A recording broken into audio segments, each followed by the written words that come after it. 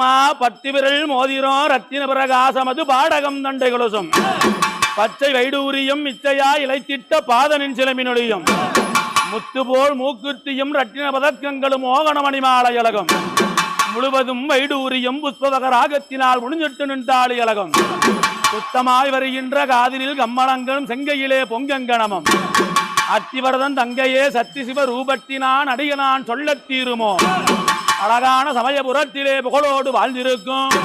என் அம்மையே மாரிமகமாயி என் சமயபுரம் ஆரியம்மா என் சாம்பிராணி வாசகி